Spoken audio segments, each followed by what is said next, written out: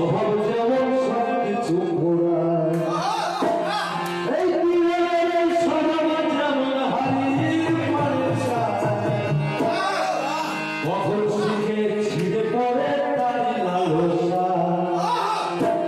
পাতিকার পুষে ঘরে যতই পড়াও না তারে পাতিকার পুষে ঘরে যতই পড়াও না তারে সে শুধু গাগা করে সে শুধু গাগা করে কৃষ্ণ বলে না